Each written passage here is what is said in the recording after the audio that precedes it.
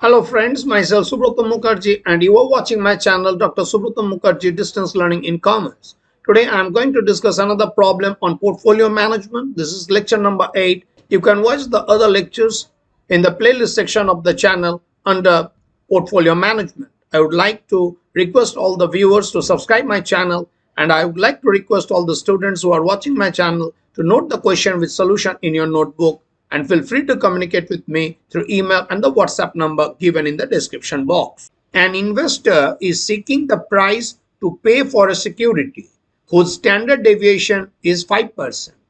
The correlation coefficient from the security with the market is 0.80 and the market standard deviation is 4.40. The return from government security is 5.20 and from the market portfolio is 9.80. The investor knows that by calculating the required return, he can then determine the price to pay for the security. What is the required return on security? So in this question, what you are supposed to calculate, let me first discuss. So in this question, the standard deviation of the security is given at 5%.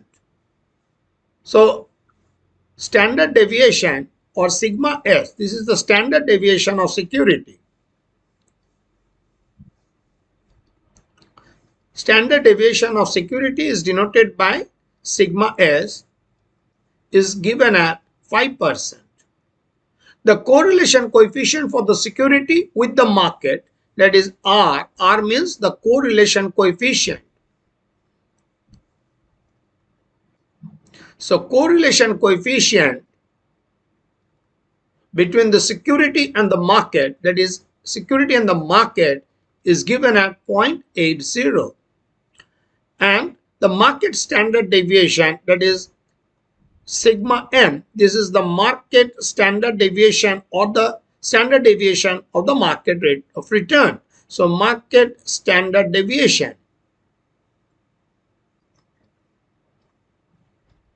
is given at 4.40. So 4.40 is sigma m, sigma s is given at 5%, and R, that is the correlation coefficient, is given at 0.80. Now, it is given at the return from government security. So, return from government security denotes the risk-free rate of return. So, return from government security is RF, that is the risk-free return. So, risk-free return is 5.20 or the return from government security. And the return of the portfolio, market portfolio, that is RM. This is the return of market portfolio is given at 9.80. So these are the information which is given to you. Now it is asked in the question, what is the required return on security? So required return on security or the expected return from the security is to be calculated by using CAPM formula. So you know that the expected return from security is calculated with the following formula of CAPM, that is RF plus beta RM minus RF. So you know the value of RF, that is the risk-free rate of return. The market rate of return is calculated as 9.80. So you need to calculate the parameter beta. So you know the formula of calculating the value of beta. So beta is equal to correlation coefficient, multiply this with sigma s divided by sigma m. So this is the way you need to calculate the value of beta. So beta is equal to 0.80 multiplied with 5 divided by 4.40. So this is equal to 0.909. And the expected return of the security is equal to expected return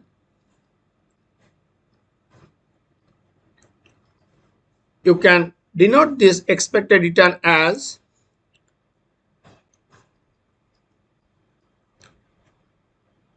the expected return as E within bracket RS, that is expected return of security, is equal to 5.20 plus 0.909. This is the value of beta, and within bracket 9.80 minus 5.20.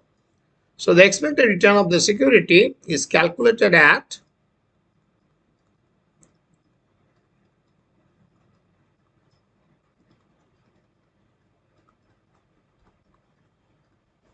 9.38.